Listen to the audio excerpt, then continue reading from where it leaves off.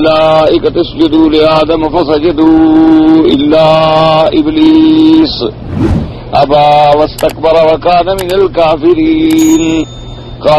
قال المؤلف والمفسر رحمه الله تعالى أدام النفع بعلومه وعلومكم في الدارين آمين إلى أن قال وهذه كرامة عظيمة من الله تعالى لآدم عليه السلام امتن بها على ذريته حيث أخبر أنه تعالى أمر الملائكة بالسجود لآدم عليه السلام. وقد دل على ذلك أحاديث أيضا كثيرة من أحاديث الشفاعة المتقدم. اب مفسر رحمۃ اللہ علیہ اس آیت پر بیان فرماتے ہیں کہ وَهَٰذِهِ كَرَامَةٌ عَظِيمَةٌ، یہ بہت بڑی عزت و عظمت ہے اللہ تبارک و تعالیٰ کی طرف سے آدم علیہ السلام کے لیے کہ اللہ پاک نے آدم کی اولاد پر احسان فرماتے ہوئے فرمایا، اللہ نے بنی آدم پر احسان فرما کے ذکر فرمایا کہ وَإِذْ قُلْنَا لِلْمَلَائِكَةِ اسْجُدُوا لِآدَمَ، کہ بنی آدم یاد کرو اس وقت کو جب میں نے ملائکہ کو حکم دیا کہ تمہارے ابا حضرت آدم کو سجدہ کریں. تو یہ کتنی بڑی فضیلت ہے اور یہ کتنی بڑی عظیمت ہے کہ اللہ نے اتنی بڑی عظیمت حضرت آدم علیہ السلام کو بخشی. اور پھر کتنی بڑی عظیمت ہے کہ بنی آدم ان کی اولاد کو بطور فخر و احسان اللہ پاک خبردار فرما رہے ہیں. اور مفسر فرماتے ہیں وَقَدْ دَلَّ عَلَىٰ ذَٰلِكَ أَحَادِيثٌ أَيْضًا كَثِيرَةٌ مِنْهَا، مفسر فرماتے ہیں اور بھی بہت ساری احادیث مبارک ہیں جو اس موضوع پہ دلالت فرماتی ہیں، جیسے کہ آپ نے حدیث شفاعت پہلے پڑھی ہے، حدیث موسیٰ علیہ السلام، اور اس کے بعد موسیٰ علیہ السلام کی وہ بات حدیث مبارک میں جو موجود ہے رب ارنی آدم الذی اخرجنا ونفسه من الجنہ فلما اجتمع به قال انت آدم الذی خلقه الله بيده ونفخ فيه من روحه واسجد له ملائکته. موسیٰ علیہ السلام نے عرض کیا تھا کہ میرے اللہ مہربانی فرمائیں مجھے آدم علیہ السلام کی زیارت کرائیں، آدم علیہ السلام کی زیارت نصیب ہو جائے، کیونکہ جس نے اپنی ذات کو بھی جنت سے نکالا اور اس کی وجہ سے ہم بھی جنت سے محروم ہوئے نکل گئے. اللہ تبارک و تعالی نے جب آدم علیہ السلام کو حضرت موسیٰ علیہ السلام سے ملا دیا تو حضرت موسیٰ علیہ السلام نے عرض کیا کہ انت آدم الذی خلقہ اللہ بیدہ، کہ تم ہی وہ آدم ہو جس کو اللہ پاک نے اپنے ہاتھوں سے پیدا فرمایا، اور نفخ فیہ من روحہ، اور اللہ تبارک و تعالی نے اپنے حکم سے اس میں روح مبارک پھونکا، واسجد لہ ملائکۃ، اور جن کو ملائکہ سے سجدہ کروایا. تو یعنی اتنی بڑی فضیلت اللہ تبارک و تعالی نے تمہیں نصیب فرمائی.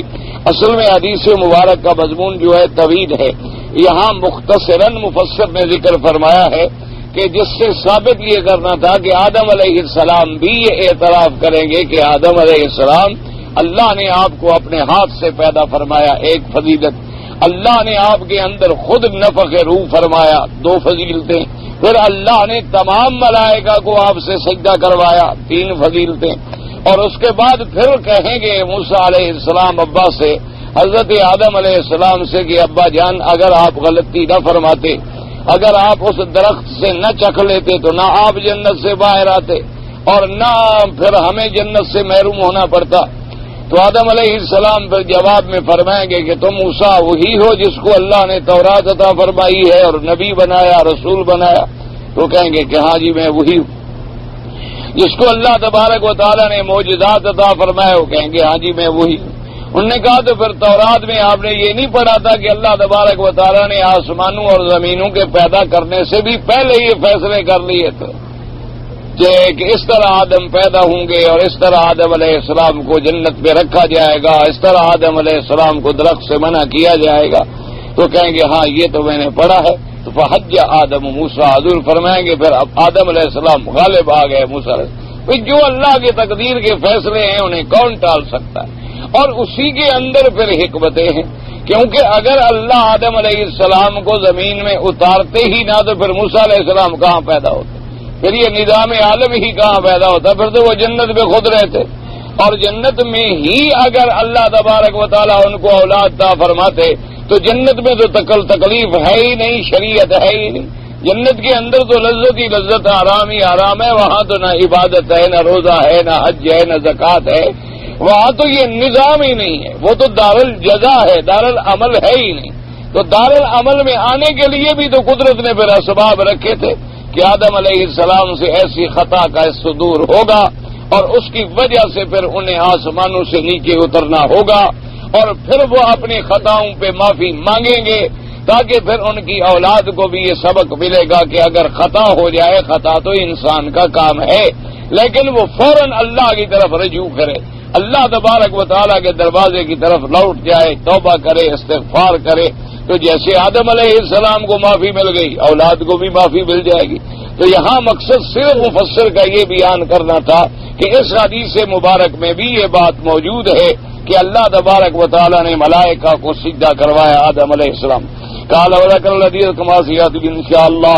قال ابن جرير حدثنا ابو كريب قال حدثنا عثمان بن سعيد قال حدثنا بشر بن مبارك النبي له كان الضحاك بن عباس قال كان ابليس من حي من احياء الملائكه يقال لهم الجن خلقوا من نار السموم من بين الملائكه وكان اسمه الحارس وكان خازنا من خزان الجنه۔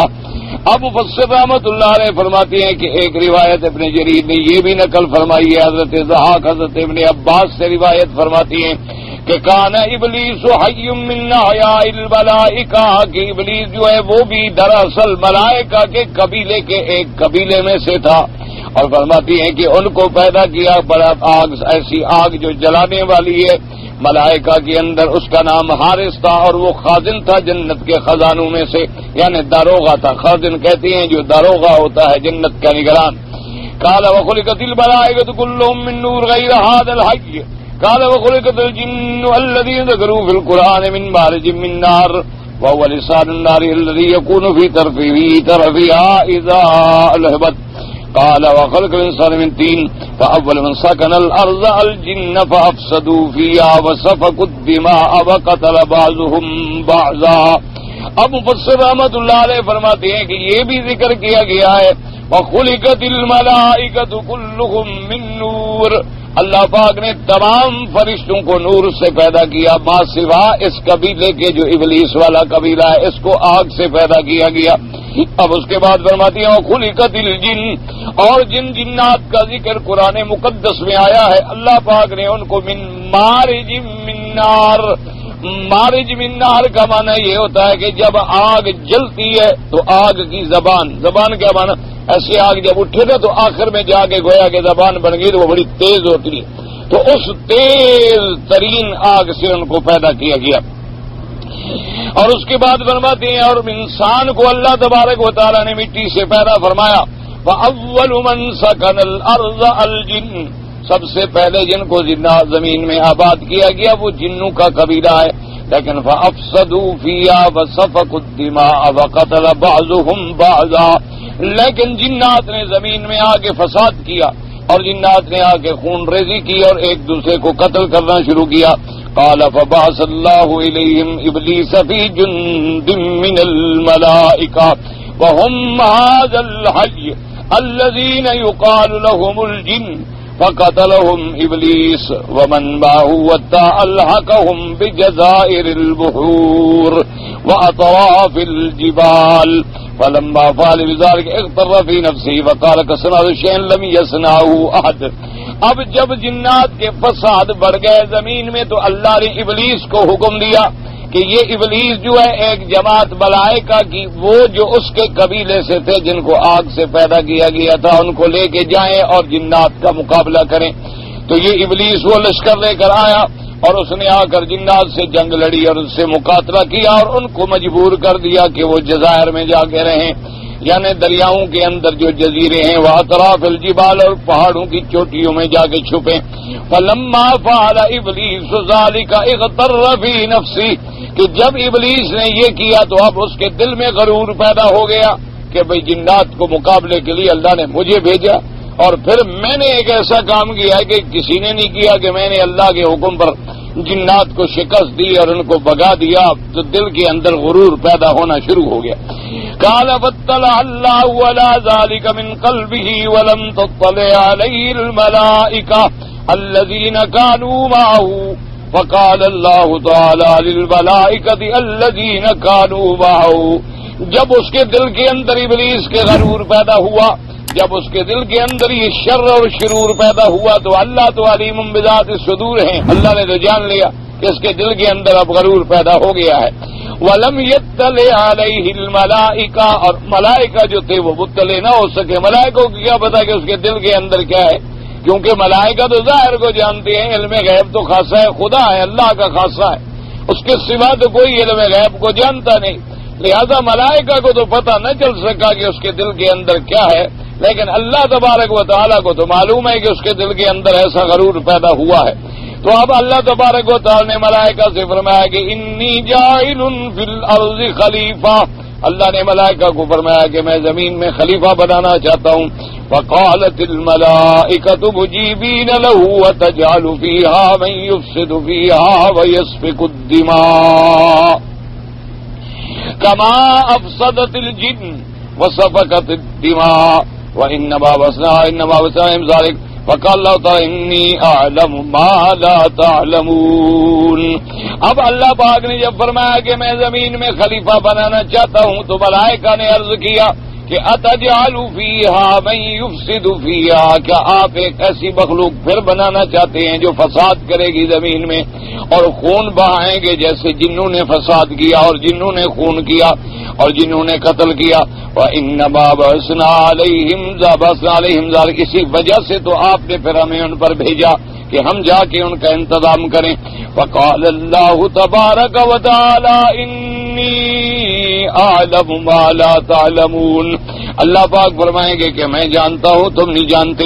يَقُولُ إِنِّي قَدْ اطَّلَعْتُ مِنْ قَلْبِ إِبْلِيسَ عَلَىٰ مَا لَمْ تَطَّلِعُوا عَلَيْهِ مِنْ كِبْرِهِ وَإِغْتِرَارِهِ، اللہ تبارک و تعالیٰ فرمائیں گے کہ میں جانتا ہوں تم نہیں جانتے، کیونکہ مجھے پتا ہے کہ ابلیس کے دل کے اندر کیا چیز ہے، کیا کبر ہے، کیا نشہ ہے، کیا غرور ہے، تمہیں تو پتا نہیں ہے۔ قال ثم امر بتربت آدم فرفعت، اللہ نے حکم دیا کہ مٹی کو لایا جائے، مٹی زمین سے لا کر آسمانوں پہ لے گئی۔ وخلق اللہ آدم من طین لازب واللازب اللازج والطیب من حمأ مسنون منتن وانما كان حمأ مسنونا بعد التراب، اللہ نے حکم دیا کہ زمین سے مٹی کو لایا جائے۔ جب زمین سے مٹی آئی تو وہ تین ایسی تھی، من تین لازب، لازب کہتے ہیں یعنی جو ملنے والی، اور جو جسے ہم کہتے ہیں یعنی بہت اعلیٰ قسم کی مٹی، جب گوندا جائے تو اس میں چکناہٹ پیدا ہو۔ الطیب من حمأ مسنون، پھر اس مٹی کو گوندا جائے، پھر پکایا جائے آگ پر، جیسے کہ دیکھا ہے برتن بناتے ہیں تو پہلے اچھی سی اچھی مٹی ڈھونڈتے ہیں، پھر مٹی کو صاف کرتے ہیں کہ گرد و غبار نکالا جائے، پھر پانی ڈال کے اس کو گھومتے ہیں کہ اس میں چکناہٹ پیدا ہو، پھر اس سے برتن بناتے ہیں، بنانے کے بعد سکھاتے ہیں، سکھانے کے بعد پھر بھٹیوں میں پکاتے ہیں، پھر اس سے آواز پیدا ہوتی ہے، اس کے بعد ایسی پیدا ہو جاتی ہے کہ وہ آواز کرنے والی، اور اس کے بعد فرماتے ہیں امان مسنونن بعد التراب، پہلے تو مٹی تھی یعنی پھر بعد میں وہ تین بنی، بعد میں ہما بنی مسنون، یہ جو ہے مراحل ہیں، پہلے مٹی تھی، پھر گوندی گئی، پھر سکھائی گئی، پھر پکائی گئی۔ فخلق منہ آدم بیدہ، اللہ تبارک و تعالی نے آدم علیہ السلام کو اپنے دست قدرت سے بنایا۔ قال فمكث 40 ليلة جسدا ملقا وكان ابلیس یاتی ويسلسل فيصوت۔ اب جناب فرماتی ہیں کہ اللہ تبارک و تعالی نے جب آدم علیہ السلام کا جسد بنایا تو 40 دن تک وہ جسد ایسے پڑا رہا۔ اب ابلیس جب گزرے تو اس کو چھیڑے، اس کو مارے تو اس سے آواز پیدا ہو، آواز پیدا ہو کہ بھی یہ ہے تو کوئی خالی چیز جس کے اندر سے آواز آتی ہے۔ فَهُوَ قَوْلُ اللَّهِ تَعَالَى مِن صَلْصَالٍ كَالْفَخَّارِ، اللہ پاک نے اس کو ایسی مٹی سے بنایا جیسے پکی ہوئی مٹی، فخار کہتے ہیں جیسے اینٹیں پک جاتی ہیں نا، پھر اس کو فخار کہا جائے، اس سے مارو تو پھر آواز آتی ہے۔ جب مٹی کو آگ میں پکا دیا جائے پھر برتن پہ آپ ماریں گے تو برتن آواز کرنے والا ہوتا۔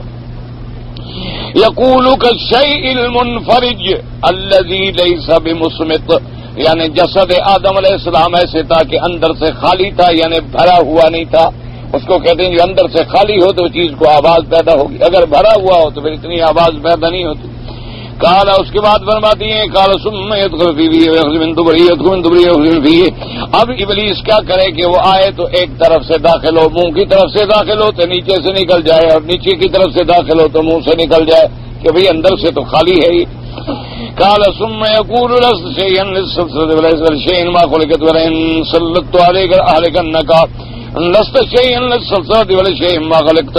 اب اس کے بعد کہے کہ تم اسی لیے تو نہیں بنائے گئے کہ بس ایسے آواز آتی رہے، کسی چیز کے لیے تو تم پیدا کیے گئے لیکن پتہ نہیں کیا. اور اگر مجھے تم پر غلبہ ملا نا، تم جو بھی ہو، اگر مجھے تم پر مسلط کیا گیا نا میں تمہیں ہلاک کر دوں گا. وَنَسَلَّتُ عَلَيَّ الْعَاصِينَ اگر مجھے تم پر مسلط کیا گیا تو میں تمہیں نافرمانی پہ تیار کروں گا. قال فلما نفخ الله فيه من روحه نفخت من قبل راسه فجعل جيشا من عويجه الا صار لحما ودما. اب اللہ تبارک و تعالی نے روح پھونکی، اور روح جب پھونکی گئی تو سر سے پھونکی گئی، یعنی اس کی ابتدا جو ہے وہ دماغ کی طرف سے کی گئی. یہ پہلے سر میں روح آیا، پھر آنکھوں میں آیا، منہ میں آیا، ایسے آہستہ آہستہ آہستہ آہستہ چلتے چلتے سارے بدن کے اندر روح جو ہے پیدا ہوئی. تو جیسے جیسے روح چلتا گیا بس وہ گوشت بھی بنتا گیا اور ہڈیاں بھی بنتی گئیں اور ہر چیز جو ہے وہ اپنے اپنے مقام پہ بنتی چلی گئی. اسی لیے علماء نے لکھا ہے کہ یہ اللہ کا نظام ہے کہ جب اللہ نے آدم علیہ السلام کو پیدا فرمایا تو روح کو اعلیٰ جانب سے داخل کیا گیا، یعنی سر سے داخل کیا گیا. لیکن جب آدمی پہ موت آتی ہے تو روح نیچے سے نکالا جاتا ہے. سب سے پہلے پاؤں جواب دیں گے، پھر پنڈلیاں جواب دیں گی، پھر اسی طرح نیچے کا حصہ جواب دے گا، پھر ایسا کرتے کرتے کرتے آخر آنکھوں سے اور سر سے روح نکل گیا اور آدمی ختم ہو گیا. کیونکہ جب آدمی پہ موت آتی ہے تو آپ نے دیکھا نا والتفت الساق بالساق، کیا پنڈلی پنڈلی سے ٹکرا رہی ہے، پاؤں حرکت چھوڑ گئے، ٹانگیں حرکت چھوڑ گئی. دیکھنے والے دیکھ رہے ہیں کہ جی پاؤں ٹھنڈے ہو گئے، اب جی بدن آدھا ٹھنڈا ہو گیا ہے. اب ایسا ایسا اسی لیے پھر قاعدہ ہوتا ہے کہ اگر کوئی موت کے وقت میں قریب ہے تو جب اس پر موت آ جائے تو اس کی آنکھوں کو بند کر دیں، کیونکہ جب آنکھیں کھلی ہوں اور روح نکل جائے تو اب وہ بیچارہ کیسے آنکھیں بند کرے. روح تو پرواز کر گئی اور جس حالت میں آدمی پڑا ہے اسی میں پھر پڑا رہے گا، کیونکہ اب حرکت تو وہ کر نہیں سکتا. اس لیے حکم ہوتا ہے کہ جو قریب بیٹھے ہوں وہ اس کے ہاتھوں کو بھی سیدھا کر دیں، پاؤں کو بھی سیدھا کر دیں. کیوں؟ اگر یوں رہ گیا تو یہی اکڑ جائیں گے، اگر یوں رہ گیا تو پھر یوں ہی اکڑ جائیں گے. لیکن اس وقت چونکہ ان کے اندر روح تازہ نکلی ہوتی ہے تو وہ گرمی اور حرارت موجود ہوتی ہے بدن میں، تو لہذا حکم ہوتا ہے کہ بھئی اس کے ہاتھ بھی سیدھے کر دیں، اس کے پاؤں بھی سیدھے کر دیں اور رخ بھی قبلے کی طرف کر دیں اور اس کی آنکھوں پہ ہاتھ رکھ کے اچھی طرح بند کر دیں. اور اگر باندھ دیں تو اور اچھی بات ہے کہ منہ کھلا ہوا نہ رہ جائے. اسی لیے ہم دیکھیں نا پٹی باندھ دیتے ہیں تاکہ بھی اگر منہ کھلا ہوا پھر تو وہ خود تو بند کر نہیں سکتا، اس کا روح تو چلا گیا، وہ کیا کرے گا. اس لیے یہ حکم ہوتا ہے. باقی یہ ہمارے ہاں جو ہے یہ ایک جاہلیت میں ایک رواج بن گیا ہے، لوگوں نے مشہور کر رکھا ہے. کسی کی آنکھیں کھلی ہوں نا جی کہتے ہیں جی بیٹے کا انتظار کر رہا ہے، باپ کا انتظار کر رہا ہے، بھائی کا انتظار. دیکھا جی اس کی آنکھیں کھلی ہوئی ہیں، بیچارہ دروازے پہ نظر، اس کا روح ختم ہو گیا تو مٹی کا انتظار کر رہا ہے. کسی کو کیا انتظار کرنا ہے، کیا دیکھنا ہے. باتیں تو اس وقت تک ہیں جب تک یہ روح اندر ہے. جب روح پرواز کر گئی بات ختم ہو گئی. کہاں کا بیٹا، کہاں کا بھائی، کہاں کی اولاد کا تو قصہ ہی ختم ہو گیا. پھر آدمی کو کیا پتا ہے کہ کس نے آنا ہے اور کس نے نہیں آنا ہے. تو اس لیے حکم ہوتا ہے کہ اصل میں چونکہ روح جب نکالی جاتی ہے تو نیچے سے نکالی جاتی ہے اور ڈالی گئی ہے تو اوپر سے ڈالی گئی. تو جب روح نکل جاتی ہے تو گویا آدمی کی آنکھیں جو ہیں، چونکہ دو چیزیں اس کے سامنے ہیں. اگر اللہ کا صالح بندہ ہے تو اللہ کے ملائکۃ الرحمہ اس کے سامنے ہوتے ہیں، ان پر وہ نظریں ٹکائے ہوئے ہوتا ہے. اور اگر خدا نہ کرے برا آدمی ہے تو عذاب والے فرشتے سامنے ہوتے ہیں، اس پر اس کی نظریں ہوتی ہیں. اس لیے حکم ہوتا ہے کہ بس اب اس کی آنکھیں بند کر دیں، کیونکہ جب روح نکل جائے گا تو پھر آدمی کے پلے میں کچھ رہتا نہیں. تو اسی طرح پھر کھلا رہے گا، جہاں بازو پڑا ہے پڑا رہے گا، جہاں ہاتھ مڑے ہوئے ہیں تو مڑے رہیں گے. آپ سیدھے کر دیں گے تو آسانی ہو جائے گی پھر نہلانے میں، غسل میں، تکفین میں، تجہیز میں. کیونکہ اسلام نے جو جن جن چیزوں کا حکم دیا ہے اس کے اندر کروڑوں حکمتیں ہیں. یعنی اب دیکھیں نا کہ حضور صلی اللہ علیہ وسلم نے فرمایا کہ انسان کی جب قبر بناؤ تو قبر بہت زیادہ گہری بھی نہ ہو اور بہت زیادہ اونچی بھی نہ ہو. مقصد یہ ہوتا ہے کہ تقریباً 4 اور 5 فٹ کے درمیان سے زیادہ گہرائی نہ ہو، یعنی زیادہ آپ نیچے نہ لے جائیں، اور 3-4 فٹ سے زیادہ چوڑی نہ ہو. اسی طرح جو ہے 7-8 جو ہے وہ لمبی ہونی چاہیے. تو اس کے اندر کروڑوں حکمتیں ہیں. اب یعنی میں آج ہی پڑھ رہا تھا کہ ایک جدید جو تحقیق آئی ہے اس بارے میں تو انہوں نے کہا ہے کہ اگر زمین میں آدمی کو 2 فٹ یا 3 فٹ تک رکھا جائے تو زمین کے اثرات جو ہیں وہ اس پر زیادہ جاتے ہیں، اور اس کے بدن کے اثرات جو ہیں وہ مٹی سے باہر بھی آتے ہیں، اور جانوروں کو بھی اس کی ہوا پہنچ جاتی ہے اور جانور بھی اس کو نکال سکتے ہیں۔ اور اگر آپ اسے 6 فٹ سے زیادہ نیچے لے جائیں تو نیچے جو پانی کے اثرات ہیں وہ قبر میں جلدی آ جاتے ہیں، اور اس کی وجہ سے مردے پر اثرات پیدا ہوتے ہیں۔ لیکن اگر اسے آپ 4-5 فٹ کی سطح پر رکھیں گے تو نہ اس کے اثرات باہر جائیں گے اور نہ نیچے متاثر ہوں گے۔ تو اب حضور نے تو 1400 سال پہلے ہمیں یہ بات سمجھائی تھی، انہوں نے تو اب طبقات الارض پہ بحث کی کہ زمین کی پرتیں کتنی ہیں، زمین کے اثرات گہرائی کے کتنے ہیں، کہاں تک جراثیم کے اثر جاتا ہے اور کہاں تک پھر جراثیم کے اثرات نہیں جاتے ہیں، اور نیچے پانی کی سطح جو ہے کہاں تک آ کر اس کو متاثر کرتی ہے اور کہاں تک نہیں کرتی۔ پھر مختلف علاقوں کی مختلف زمینیں ہیں، اور اسی لیے پھر حضور صلی اللہ علیہ وسلم نے ہمیں قبر کی بھی تعلیم دے دی کہ ایک لحد ہے اور ایک شق ہے۔ یعنی ایک تو یہ ہے کہ اسی طرح آپ قبر کو کھودیں اور مردے کو نیچے زمین پہ رکھ دیں، اور ایک طریقہ یہ ہوتا ہے کہ کھدائی کرنے کے بعد پھر دیوار کے اندر ایک میت کے لیے جگہ بنائیں، تو پھر میت کو اس کے اندر رکھا جائے۔ تو اب یہ دونوں حکمتیں تھیں، چونکہ زمینیں مختلف ہیں۔ بعض زمینیں ایسی ہیں کہ جہاں آپ لحد اس میں بنا ہی نہیں سکتے، بنائیں گے وہ ٹوٹ جائے گی، بنائیں گے ٹوٹ جائے گی، تو وہاں آپ شک کا فائدہ لے لیں گے۔ اور جہاں آپ کو وہ زمین بڑی اچھی ملتی ہے، بعض اعلیٰ مٹی ہوتی ہے ماشاءاللہ، کہ اس کو جہاں آپ کھود کے کھڑا کر دیں گویا سیمنٹ کھڑی ہوئی ہے، تو اس میں آپ لحد بنا لیں۔ تو بہرحال اب 1400 سال کے بعد جدید علوم نے بھی یعنی وہی تحقیق کے بعد اسی نتیجے پہ پہنچے جو 1400 سال پہلے ہمیں حضور محمد عربی صلی اللہ علیہ وآلہ آلہ وصحابہ وسلم تسلیما کثیرا نے ارشاد فرمایا۔ اللہ تبارک و تعالیٰ کے پیغمبر نے ارشاد فرمایا، یعنی عجیب حیرت ہوتی ہے۔ آج اسی طرح ایک حدیث مبارک میں پڑھ رہا تھا، ایک صحابی ہے میرے آقا خاتم الانبیاء صلی اللہ علیہ وسلم، حضرت سعید ان کا نام ہے رضی اللہ تعالیٰ عنہ۔ وہ ایک دفعہ بیمار ہوئے، ان کو شدید تکلیف ہوئی، تو یہ میرے آقا کی عادت مبارک تھی کہ جب انہیں پتہ چلتا کسی صحابی کی بیماری کا تو حضور عیادت کے لیے تشریف لے جاتے، دوا پرسی کے لیے تشریف لے جاتے۔ عیادت مریض جو ہے وہ سنت رسول صلی اللہ علیہ وسلم، اور اس کے اندر بڑا اجر و ثواب۔ تو حضور صلی اللہ علیہ وسلم تشریف لے گئے تو وہ صحابی فرماتے ہیں کہ حضور میرے پاس آئے، میرے قریب بیٹھے، اور آپ نے میری تسلی کے کلمات مبارک بھی فرمائے، اور اس کے بعد اپنا دایاں ہاتھ مبارک جو ہے میرے دل والی جگہ پہ رکھا۔ حضور صلی اللہ علیہ وسلم نے اپنا دایاں ہاتھ مبارک جو ہے میرے دل پہ رکھا، اور اس کے بعد فرمایا کہ تمہیں دل کی تکلیف ہے۔ حضور صلی اللہ علیہ وسلم نے فرمایا کہ تمہیں دل کی تکلیف ہے، اور آپ نے فرمایا کہ حارث ابن کلدہ طائف کے اندر بنو ثقیف کے اندر ایک طبیب ہے، اس کے پاس جا کے تم علاج کرواؤ، تمہیں دل کی تکلیف ہے اور تم اس سے جا کر علاج حاصل کرو۔ تو صحابی فرماتے ہیں میں نے عرض کیا کہ بہت اچھا حضور میں جاتا ہوں۔ حارث ابن کلدہ اس زمانے میں بڑا طبیب تھا، اور حضور کے زمانے میں بھی بڑا طبیب تھا، پھر وہ حضرت معاویہ کے زمانے تک رہا رضی اللہ تعالیٰ عنہ۔ اس کا نام حارث ابن کلدہ تھا اور بڑا معروف۔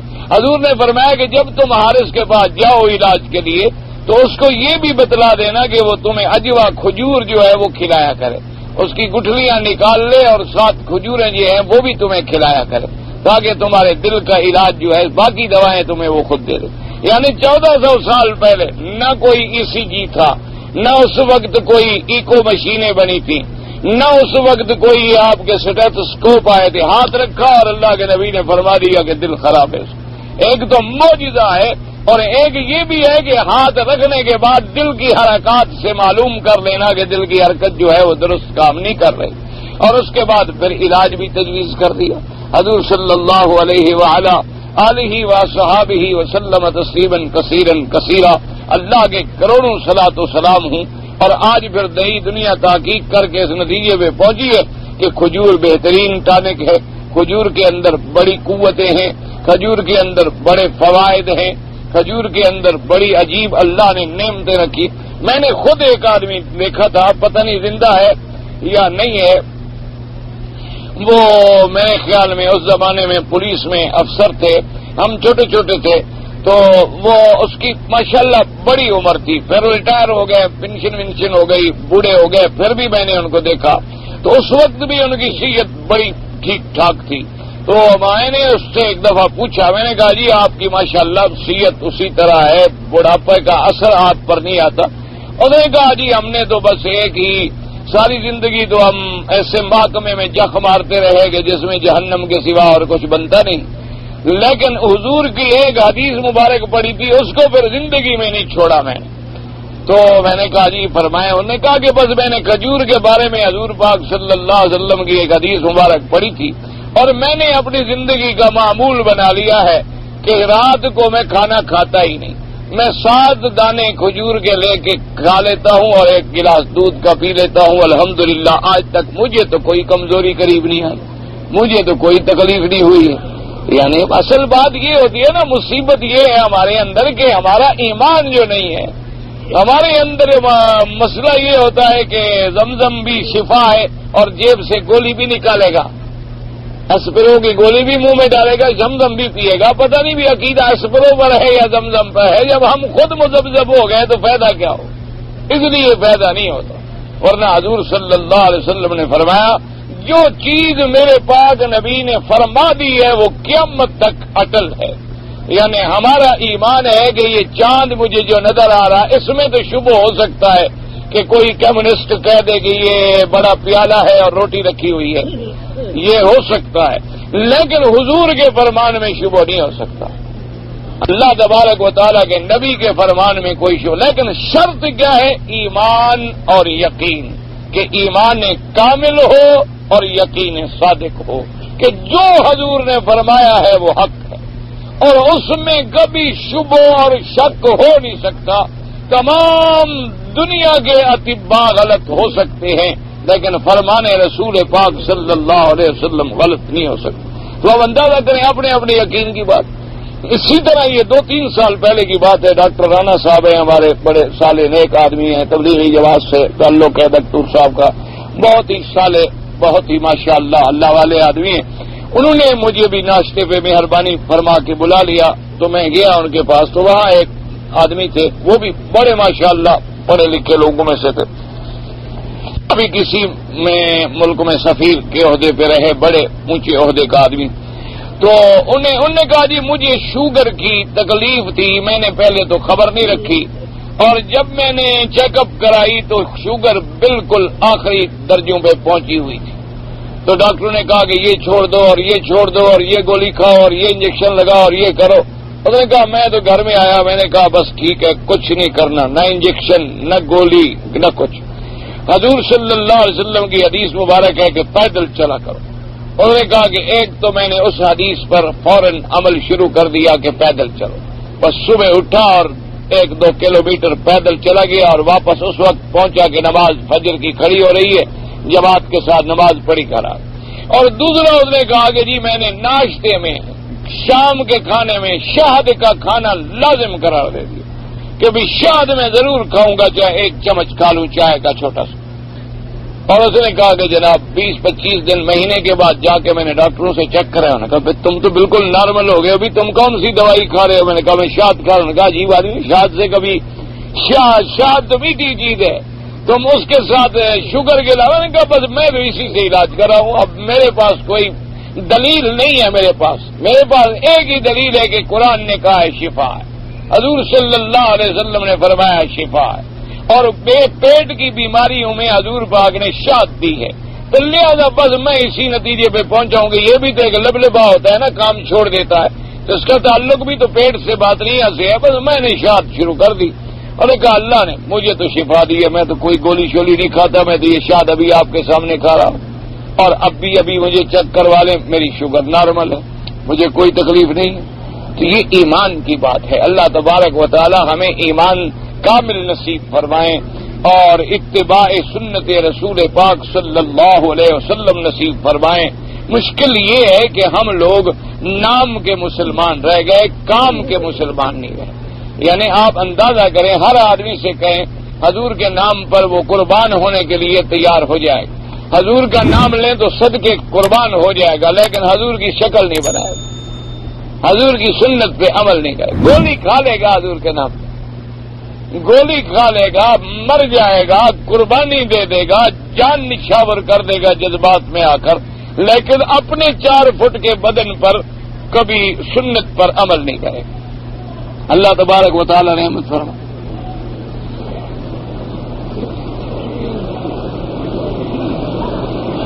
ایک پرانی بات ہے، شاہ جی رحمت اللہ علیہ زندہ تھے، افتخار تھے، شاید کوئی وزیر یا پتہ نہیں کیا نام تھا، وہ شاہ جی کی خدمت میں ملنے آیا کہ حضرت ہمیں ووٹوں میں آپ امداد فرمائیں، اور ہم آپ سے وعدہ کرتے ہیں کہ اگر اللہ نے ہمیں کامیاب کر دیا تو ہم اسلام کے لیے جتنا ہوگا ہم کوشش کریں۔ شاہ جی سنتے رہے، اس کے بعد شاہ جی مسکرا دیے، تو انہوں نے کہا شاہ صاحب، تو پھر فرمایا بابو تم اس 4 فٹ کے بدن پر اسلام نافذ نہیں کرتے ہو تو اتنے بڑے ملک میں گھر میں نافذ نہیں کر سکتے۔ اسلام ہم اپنے بیوی پہ، بہن پہ، بیٹی پہ، بچے پہ، بچی پہ نافذ نہیں کر سکتے تو ہم باہر کیا کریں گے؟ بس ایک کام ہے، مولوی مکی پڑھاتا رہے گا، تم سنتے رہو گے، ہم پڑھاتے پڑھاتے مر جائیں گے، تم سنتے سنتے مر جاؤ گے انشاءاللہ، باقی اللہ مالک ہے، گاڑی ہے چلتی رہے گی، پھر کوئی اور پڑھا لے گا، پھر کوئی اور سننے والے پیدا ہو جائیں گے۔ یہ تو ایک نظام ہے، چلو بھائی ٹھیک، اور یہ بھی اللہ کا کرم ہے کہ ہمیں اتنا دوسرے لگایا ہوا ہے، ورنہ اس سے بھی محروم کر دیتا تو ہم کیا کرتے؟ یہ بھی اللہ تعالی کا کرم ہے، ورنہ کتنے آدمی اس وقت سمندر کے کنارے پہ بیٹھے ہوں گے، کتنے بار میں بیٹھے ہوں گے، کتنے کلبوں میں بیٹھے ہوں گے، کتنی ڈانسنگ فلور پہ بیٹھے ہوئے ہوں گے، کتنی باہر بیٹھ کے سگریٹیں پی رہے ہوں گے۔ یہ بھی اللہ کا شکر ہے کہ چلو اپنے دروازے پہ بیٹھنے تو دیا، اپنی کتاب تو پڑھنے دی، اپنے ساتھ ہم کلام ہونے کی شرف تو بخش دیا، یہ بھی اللہ کا کرم ہے، ورنہ ایمان یا اسلام جس کا نام ہے، میرے خیال میں آج کل نہ مولوی کے گھر میں ہے، نہ پیر کے گھر میں ہے، نہ تمہارے گھر میں ہے، اللہ قلیل من عبادی الشکور۔ یہ نہیں کہ دنیا میں بندے نہیں ہیں، ہر دنیا میں بندے ہوتے ہیں، ہر دنیا میں اچھے ہوتے ہیں، اچھے نہ ہوں تو پھر یہ گاڑی کیسے چلے، لیکن وہ اتنے تھوڑے ہیں کہ وہ بیچارے مؤثر نہیں ہو سکتے، ان کے کوئی اثرات جو ہیں وہ مرتب نہیں ہو سکتے ہیں۔ باقی معاملہ جو ہے محض نام کا ہے کہ آپ بھی مسلمان، میں بھی مسلمان، کسی کا نام رکن الدین، کسی کا نام روشن دین، کسی کا نام کمال دین، کسی کا نام جمال دین، اور نماز نہیں ہے، دین کا کمال اور نماز نہیں پڑھتا، ہے جمال الدین اور نماز کبھی نہیں، رکن الدین اس دین کا ستون ہے، یعنی یہ مر گیا تو دین گر پڑے گا، لیکن نماز کبھی نہیں پڑھی شریف آدمی۔ اور یہ چراغ دین، یہ روشن دین، دین کو روشن کر رہا ہے کس سے؟ اپنی بے حیائی سے، جھوٹ سے، فحاشی سے، اوریانی سے، سود کھانے سے، کس چیز سے روشن کر رہا ہے؟ یعنی ہمیں تو نام رکھنے سے بھی شرم آتی ہے، بھئی نام رکھے آدمی تو کم از کم نام کے مطابق تو کوئی بلا ہو، نام کم از کم ایسا رکھو، دیکھو جی کوئی نام جو رکھو، چلو ٹھیک ہے، اس نام کی تو لاج رکھے آدمی کہ چلو بھی میرا نام جو دین کے ساتھ لگ گیا تو کوئی تو دین کا پہلو نظر آئے، میرا نام جو محمد اسلام، اسلام پھر دین بھی ساتھ، اسلام الدین، یعنی اسلام بھی موجود ہے، دین بھی موجود ہے، نماز غائب، روزہ غائب، انا للہ، اور صدر الدین، دین صدر ہیں، چھوٹے موٹے بھی نہیں ہیں، اور روزہ کبھی نہیں رکھا، نماز کبھی نہیں پڑھی، یہ بس کیا نام ہے، انا للہ۔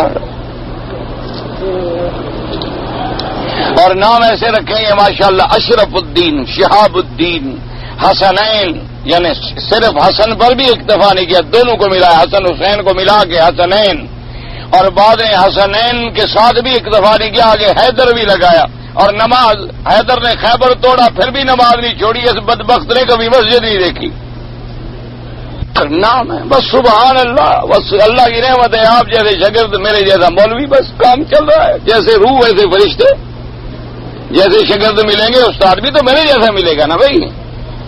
جب شاگرد پڑھنے والا مولانا خیر محمد صاحب تھے تو استاد بھی عبید اللہ صدیقی تھا، جب پڑھنے والے حضرت شیخ الحدیث تھے تو پڑھانے والے بھی حضرت خلیل احمد سہارنپوری تھے، جب پڑھنے والے عبد القادر رفیع تھے تو پڑھانے والے بھی حضرت شاہ عبد العزیز اور شاہ ولی اللہ تھے۔ اصولی بات ہے، جب جیسے استاد تھے ویسے شاگرد تھے، جیسے شاگرد تھے ویسے استاد تھے، جب پڑھنے والے حضرت احمد علی لاہوری تھے تو پڑھانے والے بھی حضرت مدنی تھے رحمت اللہ علیہم اجمعین۔ یعنی جن کے ادب کا یہ عالم تھا، حالانکہ مسئلہ نہیں ہے، یہ ادب کی باتیں ہیں، اپنے عشق کی باتیں ہیں۔ حضرت کے بال جب گر جاتے نا ایسے تو کٹھے کرتے رہتے، تو کٹھے کر کے لفافے میں رکھ کے اپنے استاد کو بھیجے کہ حضرت میں اپنے شیخ کی کوئی خدمت تو کر نہیں سکتا، یہ میرے سر کے اور سارے چہرے کے بال ہیں، ان کو جوتے میں سلوا لیں تاکہ آپ کے پاؤں کے نیچے تو رہوں کم از کم۔ یہ ادب کا مقام تھا، اور آج سب سے پہلے دھوکہ استاد کو دیتے ہیں۔ میرا تجربہ تو بھئی یہی ہے۔ اچھا، میں یہ نہیں سمجھتا کہ طالب نے زیادتی کی، میں سمجھتا ہوں میرا نقص ہے، اگر میں ٹھیک ہوتا تو میرا طالب ٹھیک ہوتا نا۔ میں نے کبھی اللہ کی شان ہے، اللہ حقیقت ہے، میں نے کبھی دل میں یہ نہیں سوچا، میں نے یہ تجربہ کیا ہے، جس شاگرد نے الحمدللہ ادھار لی واپس نہیں دی، جس شاگرد کو پیسے دیے کہ بھئی ہم مصروف ہیں، کوئی کاروبار کرو، کچھ ہمیں ملتا رہے گا، اللہ کی رحمت سے اصل بھی کھا گیا۔ جس شاگرد سے جا کے سودا لیا، اس نے کہا استاد خدا کی قسم ہے آپ کے لیے یہ 20 ریال میٹر ہے، دوسرے دکان پہ وہ 15 ریال میٹر بغیر سفارش کے بک رہا تھا۔ مجھے تو پھر میں یہ سوچتا ہوں کہ میں اچھا ہوتا تو میرے شاگرد اچھے ہوتے، میرے اندر کوئی قصور ہے نا، یہ اگر میرے اندر صلاحیت ہوتی تو میں اچھے شاگرد پیدا کرتا، کم از کم وہ استاد کو تو نہ لوٹتے، گلا کریں گے تو استاد کا، کسی کو نوکری کے لیے جی استاد جی سفارش کا نوکری دلا دیں گے پھر بات، اور یہ تو سارے مکے کے ہوٹل ہی استاد کے ہیں۔ تو خدا بندے کریم ہدایت دے، اللہ قادر ہے مجھے دے دے تو کوئی اللہ کے آگے بعید نہیں ہے۔ تو میرا دماغ خراب ہو گیا، 40 سال سے میں کرائے پہ رہتا ہوں، ابھی 20 دن ہو گئے کتابیں ڈھوتے ڈھوتے شاگردوں کو، ادھر سے اٹھاؤ ادھر رکھو، ادھر سے اٹھاؤ ادھر رکھو، اب جو کتاب ڈھونڈتا ہوں وہ ملتی نہیں، کوئی کہیں چلی گئی کوئی کہیں چلی گئی، اللہ کے بس یعنی جو مرضی آئے۔ پھر بہرحال میں یہی سوچتا ہوں کہ شاید میرے خلوص میں کچھ نقص تھا، عدم، جیسے عدم نے کہا ہے نا کہ شاید میرے خلوص میں کچھ نقص تھا، عدم، ان کو میرے خلوص سے کچھ بدظنی رہی کہ اگر شاگردوں میں کوئی کمی ہے تو اصل ہم میں کمی تھی، اگر ہمارے اندر وہ کمی نہ ہوتی تو ان کے اندر بھی کمی نہ ہوتی، کیونکہ جب ہیڈ سے پانی تھوڑا آئے تو آگے ٹیل میں بھی تو تھوڑا جائے گا نا جی، تو اس لیے کمی تو ہم میں ہوئی کہ ہم اپنی صلاحیتوں کو صحیح استعمال نہ کر سکے اور ہم صحیح لوگ پیدا نہ کر سکے۔ اللہ تبارک و تعالی بہرحال آپ کو اچھا اور ہمیں بھی آپ کی وجہ سے اچھا بنا دے، وہ قادر ہیں اس بات پہ۔ تو اس لیے فرماتے ہیں کہ جناب کہ جب فلما انتهت النفخة الى سرتي نظر الى جسدي فاعجبه ما راى من جسدي فذهب لينهض فلم يقدر۔ اب حضرت آدم علیہ السلام کو جب روح آیا یہاں تک ناف تک تو آپ نے دیکھا تو بڑا اچھا لگا آپ کو اپنا بدن کہ ہاتھ بھی ہے ماشاءاللہ والا ٹھیک ٹھاک، تو جلدی سے اٹھنے لگے گا، چلو بھی اب تو اٹھیں، کیسے اٹھیں، نیچے تو ابھی روح آیا نہیں تھا۔ اس لیے اللہ پاک نے قرآن میں فرمایا خلق الانسان عجولا، انسان تو پیدا ہی جلد باز کیا گیا ہے کہ ابھی روح مکمل نہیں ہوئی اور حضرت دوڑنے پر بھی تیار ہو گئے۔ قال ذکر لا صبر له ولا سراء ولا ضراء، یعنی یہ کہا گیا بطور زجر کہ اللہ نے فرمایا اپنے بندوں کو کہ اگر خوشی آئے تو سنبھال نہیں سکتا اور دکھ آئے تو صبر نہیں کر سکتا، یعنی دولت ملے تو فرعون اور قارون بن جاتا ہے اور غریب بنے تو کمیونسٹ بن جاتا ہے، یعنی ادھر اگر دولت ملنے پہ آئے تو قارون اور فرعون بن جاتا ہے کہ پدرم سلطان بود، میرا باپ بھی ایسا تھا اور میرا دادا بھی ایسا تھا اور میرا پردادا بھی ایسا تھا، اور اگر نہ ملے بھوکا مرنے لگے تو کہتا ہے جی اچھا خدا ہے، ان کو کافروں کو پیسے دیے ہمیں نہیں دیے، کافروں کو بڑی دنیا دی ہے ہم بھوکے مر رہے ہیں، چلو جی بس خدا کو چھوڑو، ہم مانتے ہی نہیں ہیں خدا کو، بس اس کے بعد خدا کو چھوڑ دیتا ہے۔ اس لیے اللہ تبارک و تعالی نے ذکر فرمائی قال فلما تمت النفخة في جسده عطس فقال الحمد لله رب العالمين۔ بإلهام اللہ جب روح مکمل ہوئی تو حضرت کو چھینک آئی، حضرت آدم علیہ السلام کو جب چھینک آئی تو کہا الحمد للہ رب العالمین، اللہ نے الہام کیا کہ چھینک آئے تو کیا کہنا ہے، الحمد للہ رب العالمین۔ فقال اللہ له يرحمك اللہ یا آدم، جب آدم نے الحمدللہ اللہ کا شکر ادا کیا تو اللہ نے فرمایا اللہ تجھ پہ رحمت کرے آدم، کتنا خوش نصیب ہے کہ ہمیں تو حکم ہے نا کہ کوئی چھینک آئے تو کہے الحمدللہ، دوسرا کہے یرحمک اللہ، پھر وہی کہے یہدینا و یہدیکم اللہ، لیکن وہ شان والا نبی ہے، خلیفہ ہے جس کو اللہ خود فرما رہے کہ اللہ تجھ پہ رحم کرے، اللہ تبارک و تعالی خود فرما رہے۔ اور اس کے بعد فرماتے ہیں قال ثم قال تعالی للملائکۃ الذین كانوا مع ابلیس خاصۃ دون الملائکہ الذین فی السماوات. اور اس روایت میں یہ آیا کہ پھر اللہ پاک نے ان فرشتوں کو حکم دیا جو فرشتے صرف ابلیس کے ساتھ گئے تھے جنوں کو کنٹرول کرنے کے لیے، اور جنہوں نے یہ کہا تھا کہ اتجعل فیہا من یفسد فیہا واسجدوا لآدم، کہ آدم کو سجدہ کرو. فسجدوا کلهم اجمعون الا ابلیس استکبر واستکبر. سب ملائکہ نے سجدہ کیا لیکن ابلیس نے انکار کیا اور تکبر کیا. ما كان حضرت من الكبر والاقترار، چونکہ اس کے دل کے اندر بڑائی اور غرور آ چکا تھا. فقال لا اسجد له وانا خير منه واكبر سنا واقوى خلقا خلقتني من نار وخلقته من طين يقول ان النار اقوى من الطين. ابلیس نے کہا کہ میں تو سجدہ نہیں کرتا. کیوں؟ ایک تو وجہ یہ ہے کہ میں بڑا ہوں، یہ آدم چھوٹا ہے، میں پہلے پیدا ہو چکا، یہ تو ابھی پیدا ہوا ہے، تو لہذا بطور عمر کے میں بڑا ہوں. اور دوسری بات یہ ہے کہ میں بطور خلق یعنی بطور خلقت کے بھی اس سے زیادہ قوت والا ہوں کہ مجھے آگ سے پیدا کیا گیا، اس کو مٹی سے پیدا کیا گیا، اور آگ جو ہے وہ مٹی سے زیادہ قوت رکھتی ہے. قال فلما ابى ابلیس ان يسجد ابرزه الله اي اعيذه من الخير كله وجعله شيطانا رجيما عقوبة لمعصيته. فلما ابى ابلیس، جب ابلیس نے انکار کیا کہ آدم کو سجدہ کرے، اب لسہ اللہ، ابلیس مانا کیا؟ مانا ابعدہ اللہ، اللہ نے بھی اس کو ہر بلائی سے خیر سے دور کر دیا. ابلیس کا مانا کہ اب لسہ سے یعنی اس کو بعید کر دیا گیا، مایوس کر دیا گیا، خیر سے ہمیشہ کے لیے محروم ہو گیا. اور اللہ نے اس کو بنایا شیطانا رجیما، شیطان مرجوم، مردود، ملعون، عقوبۃ لمعصیتہ. اور اللہ نے اس کو مردود کیوں بنایا، رجیم کیوں بنایا، مایوس خیر سے کیوں کیا؟ اس کی گناہوں کی وجہ سے، نافرمانی کی وجہ سے جو اس نے کی. کیونکہ اللہ کسی کو ایسے سزا نہیں دیتے جب تک کہ وہ معصیت نہ کرے، جب تک کہ وہ نافرمانی نہ کرے اللہ کا عذاب نہیں آتا. اس لیے اللہ نے فرمایا وما كنا مهلك القرى الا واهلها ظالمون. اللہ نے فرمایا ہم کسی بستی والوں پہ ہلاکت نہیں نازل کرتے جب تک وہ ظلم نہ کریں. اس طرح دوسرے مقام پہ اللہ نے فرمایا کہ ہم اس بستی پہ عذاب نہیں کرتے اگر بستی والے صلاح کے ساتھ رہیں، آرام کے ساتھ رہیں، اطاعت و فرما برداری کے ساتھ رہیں. اس کے بعد فرماتے ہیں ثم علم آدم الاسماء كلها وهي هذه الاسماء التي يتعارف بها الناس انسان ودابة وارض وسال وبحر وجبل وحمار واشباہ ذلك من الامم وغيرها. پھر اللہ تبارک و تعالی نے آدم علیہ السلام کو اسماء سکھلائے، ان چیزوں کے نام سکھلائے جو دنیا کے اندر معروف ہیں، جن کی لوگوں کو ضرورت ہوتی ہے، جیسے یہ انسان ہے، یہ جانور ہے، یہ زمین ہے، یہ کنارہ ہے، یہ دریا ہے، یہ پہاڑ ہے، یہ گدھا ہے، ایسی چیزیں.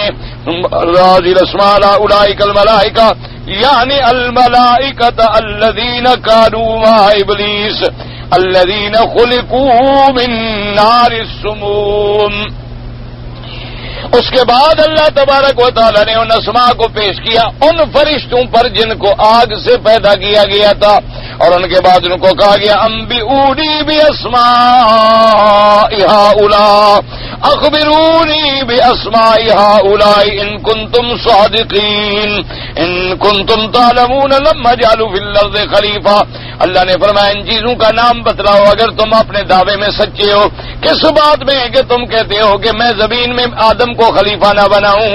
اگر تم اپنے اس دعوے میں سچے ہو، اگر تم اس کے اندر صحیح علم رکھتے ہو تو پھر آؤ بتلاؤ ان چیزوں کے نام، یہ چیزیں کیا ہیں اور ان کے خواص و اسماء کیا ہیں. قال فلما الملائکۃ موجودۃ اللہ علیہم فیما تکلموا به من علم الغیب الذی لا یعلمه غیرہ الذی لیس لهم به علم قالوا سبحانک تنزیہا للہ من ان یکون احد یعلم الغیب غیرہ تبنا الیک لا علم لنا الا ما علمتنا تبرئا منهم من علم الغیب الا ما علمتنا كما علمت آدم علیہ السلام.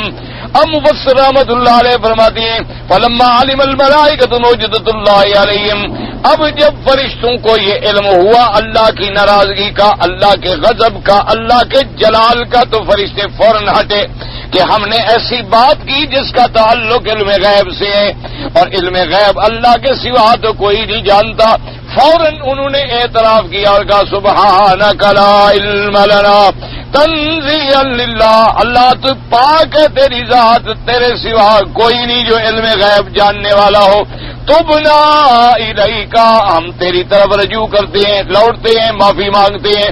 لا علم لنا الا ما علمتنا تبرئا منهم من علم الغیب الا كما علمتنا كما علمت آدم۔ ہم اعتراف کرتے ہیں کہ علم غیب جو ہے وہ اللہ کے سوا کسی کو نہیں ہے، کوئی دنیا میں مخلوق نہیں جو عالم الغیب ہو، کوئی دنیا میں مخلوق نہیں جو علم غیب جانتی ہو ماں سوائے اللہ تبارک و تعالیٰ کے۔ اسی کی صفت ہے عالم الغیب والشہادہ، اسی کی صفت ہے علیم بذات الصدور، اسی کی صفت ہے العلیم الحکیم، اسی کی صفت ہے کہ تمام اس کا علم جو ہے محیط ہے تمام مخلوقات کو۔ اس لیے فرشتوں نے فوراً اعتراف کر دیا کہ سبحانک لا علم لنا الا ما علمتنا۔ اور اس کے بعد اللہ پاک نے فرمایا یا آدم انبئہم باسمائہم یقول اخبرہم باسمائہم، اللہ پاک نے حکم دیا آدم علیہ السلام کو کہ اب تم ان کو ان چیزوں کے نام بتلاؤ، خواص بتلاؤ۔ فلما انبأہم باسمائہم قال لم اقل لكم ایتها الملائکۃ خاصۃ انی اعلم غیب السماوات والارض ولا يعلم غیبی واعلم ما تبدون یقول ما تظنون وما كنتم تكتمون یقول اعلم السر كما اعلم العلانیۃ، یعنی ما قدم ابلیس فی نفسی من الکبر والاغترار۔ اب مفسر فرماتے ہیں کہ اللہ نے حکم دیا آدم علیہ السلام کو خبر دیں۔ آدم علیہ السلام نے جب ان چیزوں کے نام بتلائے، اللہ نے فرمایا الم اقل لکم، یعنی یہ خطاب بھی صرف ان ملائکہ کو ہے خاصتاً جو آگ سے پیدا کیے گئے۔ انی اعلم غیب السماوات والارض، کہ میں ہی جاننے والا ہوں چھپی ہوئی چیزیں آسمانوں کی اور زمینوں کی۔ ولا یعلم غیری، میرے سوا کوئی نہیں جانتا غیب کو۔ واعلم ما تبدون، اور میں وہ جانتا ہوں جو تم ظاہر کرتے ہو یا جو کچھ کہ تم چھپاتے ہو۔ اعلم السر کما اعلم العلانیہ، میں تمہاری چھپی ہوئی چیزوں کو بھی ایسے جانتا ہوں جیسے کھلی ہوئی چیزوں کو جانتا ہوں۔ اس کے یعنی ما قدم ابلیس فی نفسہ من الکبر والاغترار، جو ابلیس نے اپنے دل کے اندر بڑائی اور جھوٹ چھپایا تھا میں وہ بھی جانتا ہوں۔ مفسر فرماتے ہیں ھذا سیاق غریب وفیہ اشیاء فیہا نظر یطول مناقشتھا وھذا الاسناد الى ابن عباس وبہ تفسیر مشہور۔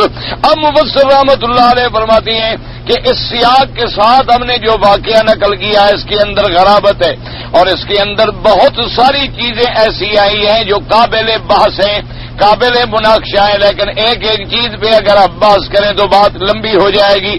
چونکہ بعد مشہور مفسرین نے اس کو حضرت ابن عباس کی نسبت سے نقل کیا ہے تو ہم نے بھی علوم میں اضافے کے لیے اس کو نقل تو کر دیا ہے، ورنہ اس کے اندر بہت ساری چیزیں جو ہیں وہ قابل اعتراض بھی ہیں اور قابل بحث بھی ہیں۔ واللہ تعالی اعلم وعلمہ اتم۔ اللہ تبارک و تعالی ہمیں آپ کو سب کو دین اسلام پہ قائم رکھیں اور قرآن پاک کے پڑھنے، پڑھانے، سمجھنے، سمجھانے کی توفیق دیں، اور اللہ تبارک و تعالی ہمیں تمام ظاہری باطنی فسادات سے محفوظ فرمائیں۔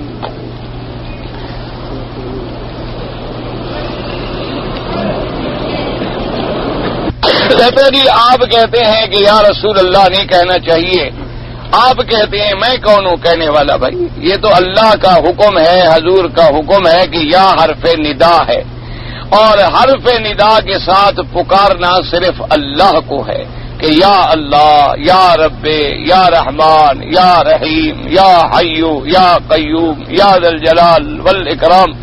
تو ندا اور استغاثہ جو ہے اللہ کے سوا کسی کو جائز نہیں، اس لیے منع فرمایا گیا کہ اللہ کے نبی یا فرشتہ یا ملک کسی کو ندا نہ کریں تاکہ وہ شرک کا اشتباہ نہ چلا جائے، چاہے آپ کے دل میں شرک نہیں ہے انشاءاللہ۔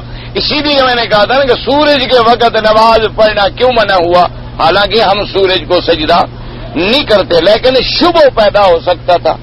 جنازے میں سجدہ رکوع کیوں نہیں رکھا گیا، ورنہ ہم تو اللہ کو رکوع کرتے، سجدہ کرتے، لیکن شبہ ہو سکتا تھا کہ کہیں ہم اس میت کو تو سجدہ نہیں کر رہے، اس لیے حکم ہے کہ کھڑے کھڑے نماز پڑھ لو، رکوع بھی نہ کرو اور سجدہ بھی نہ کرو۔ تو اس لیے وہاں بھی چونکہ ایک شبہ پیدا ہوتا ہے، اشتباہ پیدا ہوتا ہے کہ بھئی جس حرف سے ہم خدا کو پکاریں اسی سے ہم نبی کو پکاریں، پھر جب آپ نبی تک آئیں گے تو دوسرے علی تک چلے جائیں گے، یا علی مدد۔ اس کے بعد اگلی برادری آئے گی، وہ یا پیر معین الدین یا پیر دستگیر تک چلے جائیں گے، بات بڑھتی۔ باقی کہتے ہیں میں جب تک نہ پکاروں مجھے سکون نہیں ملتا۔ تو آپ کون ہیں اور میں کون ہے؟ آپ کو شریعت ہے؟ آپ کو اگر شرک میں سکون ملتا ہے تو توبہ کرو اللہ کے آگے، اللہ تبارک و تعالیٰ سے معافی مانگو۔ تو اس لیے بہرحال ہمیں سکون کا ملاب ذکر اللہ، تو جو اللہ کا ذکر ہے اس میں سکون ملے گا، جو اللہ کے حکم کے خلاف ہے سکون ملنے کا کیا بات؟ اسی طرح تو پھر شیعہ کو بھی یا علی مدد میں سکون ملتا ہے، ہم کہیں تمہیں سکون ملتا ہے پکارتے رہو۔ ایک بدعتی جو ہے اس کو بھی یا پیر یا شیخ عبد القادر جیلانی شیئا للہ، یا شیخ عبد القادر جیلانی شیئا للہ، یا شیخ عبد القادر جیلانی وہ بھی رات دن وظیفے پڑھتا ہے۔ اسی طرح بعض لوگ یا حسن یا حسین یا فاطمہ ان میں وظیفے پڑھتے ہیں۔ تو پھر جس کو جہاں جہاں سکون ملتا جائے، پر دین تو نہ ہوا، ایک مذاق ہو گئی۔ اچھا کسی کو اپنی مشوق کے نام پکارنے میں سکون ملتا ہے تو اسی کو پکارتا رہے، اچھا فتویٰ ہو گیا، اچھا دین ہو گیا، تلاوب ہو گیا، کھیل ہو گیا۔ ہمارا کام مسئلہ بتلانا ہے، آگے تمہاری مرضی ہے جو چاہو کرو۔ ہمارے ذمہ یہ نہیں ہوتا کہ ہم کسی کو پکڑ کر لے آئیں، ہمارے ذمہ ہوتا ہے کہ ہم دین کا مسئلہ بتلا دیں۔ کوئی مان لے الحمدللہ، نہ مانے وہ جانے، اس کا کام جانے۔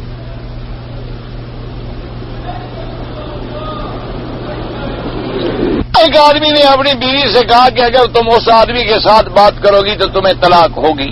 تو بہرحال بھائی گزارش یہ ہے کہ میں نے کئی دفعہ آپ کو عرض کیا ہے کہ طلاق کے معاملے میں امام ابو حنیفہ رحمۃ اللہ علیہ بہت سخت ہیں، بہت ہی ان کے اقوال مبارک جو ہیں وہ ان میں بڑی شدت ہے، کیونکہ وہ فرماتے ہیں یہ حلال حرام کا مسئلہ ہے، توالد تناسل کا مسئلہ ہے، انسان کے نسب کا مسئلہ ہے، اولاد کا مسئلہ ہے۔ اس میں ذرا سی بھی کوئی بات آ جائے تو یہ بات محدود نہیں ہے، تو وہ صدیوں تک چلی جائے گی، اولاد پھر اولاد کی اولاد، اور اگر نکاح غلط ہو گیا تو اس کا مطلب ہے تو آگے تو سارا سلسلہ جو ہے نعوذ باللہ ختم۔ اس لیے وہ تو بڑے ان کے نزدیک تو وہ بات کرے گی طلاق ہو جائے گی، ان کے نزدیک تو کوئی حل نہیں، بس جب وہ بات کرے گی ایک طلاق ہوگی، اس کے بعد ختم، اس کے بعد بات ختم ہوگی، تم رجوع کر لو، طلاق تو ہو جائے گی۔ لیکن باقی اس کا بہتر اب حل یہ ہوتا ہے کہ باقی ائمہ رحمہم اللہ کے نزدیک کچھ گنجائش بھی ہوتی، تو وہ فرماتی ہیں کہ گویا یہ ایک قسم ہے، بس کفارہ دے دے اور اس کے بعد اس کو ختم کر دے۔ حاجیوں کے لیے تبلیغ واجب ہے، تبلیغ سب کے لیے واجب ہے، حاجیوں کے لیے کیا مانا؟ اللہ تبارک و تعالیٰ کا حکم ہے کہ کنتم خیر امۃ اخرجت للناس تأمرون بالمعروف وتنہون عن المنکر۔ اسی طرح اللہ نے فرمایا وَلْتَكُن مِّنكُمْ أُمَّةٌ يَدْعُونَ إِلَى الْخَيْرِ يَأْمُرُونَ بِالْمَعْرُوفِ وَيَنْهَوْنَ عَنِ الْمُنكَرِ۔ اسی طرح حضور پاک نے فرمایا بلغوا عنی ولو آیۃ، ایک حدیث بھی تمہیں ملے، ایک آیت بھی جانتے ہو تو اس کو بھی آگے پہنچاؤ۔ تو یہ تو سب کے لیے ضروری ہے، یہ تو نہیں کہ صرف حاجی کے لیے ضروری ہے اور غیر حاجی کے لیے ضروری نہیں۔ جو بھی مسلمان ہے اس کو دین پہنچاؤ، دین سکھلاؤ۔ تمہیں ایک مسئلہ آتا ہے تو وہی سکھلاتے رہو، تمہیں ایک بات آتی ہے وہی آگے پہنچاتے رہو، تمہیں ایک وضو کا طریقہ آتا ہے وہی سکھاتے رہو، کسی کو نماز کا آتا ہے وہ سکھاتا رہے، کسی کو روزے کا مسئلہ آتا ہے وہ بتلاتا رہے، جو بھی جانتا ہے۔ یہ تو سب کے لیے ہے۔ اور پھر امت رسول پاک کے لیے تو آپ نے دیکھا والعصر ان الانسان لفی خسر الا الذین آمنوا، پہلی شرط کیا ہے؟ ایمان، دوسری کیا ہے؟ وعملوا الصالحات، عمل کرے اچھے، اور تیسری بات کیا ہے؟ تواصوا بالحق وتواصوا بالصبر، کہ ایک دوسرے کو حق کی وصیت بھی کرے اور صبر۔ ہمارے لیے تو یہ شرط لازم ہے کہ ہر مسلمان میں یہ جذبہ پیدا ہو جائے کہ بھلائی کا حکم کرے، برائی سے منع کرے۔ فطر نماز کب سے شروع ہوا؟ حضور نے جب مدینہ منورہ میں ترتیب دی نمازوں کی تو شروع ہو گیا۔ میں ایک محفل میں بیٹھا تھا، انہوں نے پتہ نہیں کیا ہاتھ اٹھا کر کسی مرنے والے کے لیے دعا کی۔ کوئی بات نہیں، کیا ہو گیا بھائی؟ ایسے بھی ویسی باتیں نہیں ہیں۔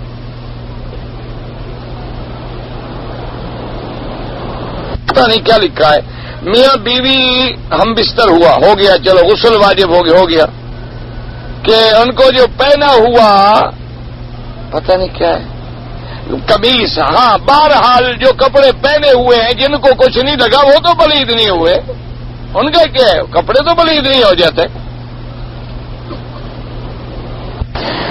حدیث اور فقہ کی روح سے عصر عشاء کی سنتیں پہلے قعدہ میں عصر اور عشاء کی سنتیں آپ 2 پڑھیں گے 4 پڑھیں گے، پہلے یہ تو فیصلہ کریں ہم۔ تو اگر آپ 2 پڑھیں گے تو سیدھی بات ہے کہ آپ اسی وقت آپ تشہد کے بعد درود پڑھیں گے، دعا پڑھیں گے اور پورا ختم کریں گے تشہد۔ اور اگر آپ نے 4 پڑھنی ہے تو پھر آدھے میں کھڑے ہو کے پھر آخر میں جا کے پورا کریں گے، کیونکہ سنتیں کوئی 2 پڑھتے ہیں کوئی 4 پڑھتے ہیں۔ بہار شریعت میں آیا ہے، یہ بہار شریعت میرے خیال میں تو کسی بتی کی کتاب ہے، کیونکہ نام ہی ایسا ہے نا بہار شریعت، کوئی تو اسی سے اندازہ ہو رہا ہے یہ بہاریں اکثر ان کی آتی ہیں۔ تو اس کا بہرحال اس میں جو لکھا ہے وہ بھی کوئی بات، یعنی اگر کسی نے پہلے غیر مؤکدہ سنتوں میں پہلی قعدے میں بھی درود شریف ساتھ ملا لیا کوئی بات ہے، ٹھیک ہے، کوئی ایسی بات ہے۔ بہرحال وہ بھی حنفی مولوی کی کتاب ہے، لیکن ہے میرے خیال میں بریلویوں کی۔ یا بیوی کے مابین جھگڑا ہونے کے سبب ایک دوسرے سے جدا ہو گئے، 10 ماہ کے بعد طلاق دے دی، عدت پورے ہونے سے پہلے دوسرے معتبر سے شادی کر لیں، جب تک عدت اس کی ختم نہ ہو شادی نہ کرے۔ داڑھی ایک مشت رکھنا جو ہے تمام اکثر صحابہ رضوان اللہ علیہم اجمعین کا اسی پہ اتفاق ہے کہ کم از کم ایک مشت ہونی چاہیے۔ حضور پاک کی داڑھی مبارک جو تھی حدیث میں آتے یملأ صدرہ، سینے مبارک تک آتی تھی۔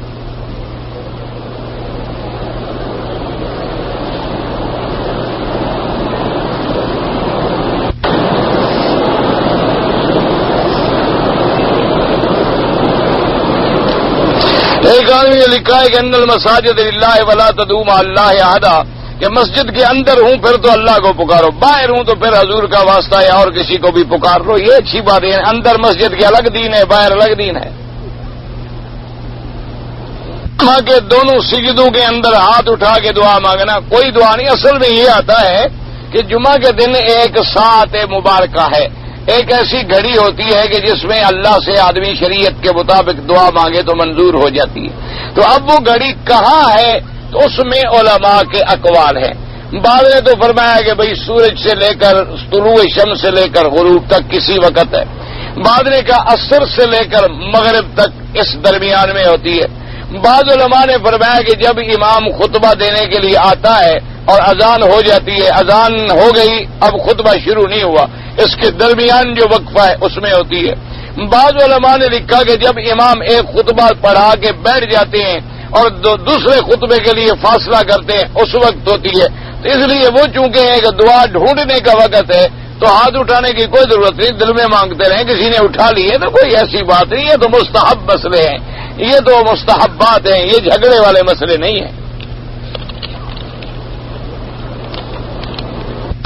جس آدمی کا نفلی حج ہو اس پر قربانی نہیں ہے، بھئی یہ نفلی حج پہ نہیں، دیکھنا پڑے گا کہ اس کا حج کون سا ہے۔ اگر حج افراد ہے چاہے فرضی ہو نفلی ہو قربانی واجب نہیں ہے، اگر حج تمتع ہے چاہے نفلی ہو یا فرضی ہو قربانی لازم ہے، حج قران ہے فرضی ہے نفلی ہے قربانی لازم ہے۔ تو یہ تو حج کو دیکھنا پڑے گا، یہ نہیں ہوتا کہ نفلی حج پہ نہیں ہوتی اور فرضی حج پہ ہوتی ہے، یہ بات نہیں ہوتی۔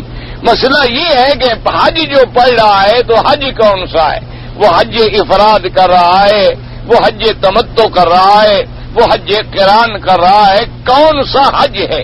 جب تک حج کی تعین نہ ہو فیصلہ نہیں ہوتا، چاہے وہ نفلی ہو یا فرضی ہو۔ اللہ تعالی اعلم علمہ وتم۔ اللهم صل علی سیدنا محمد وعلی آل سیدنا محمد وبارک وسلم۔ یا اللہ یا رحمان یا رحیم یا حی یا قیوم یا ذی الجلال والاکرام، یا الہنا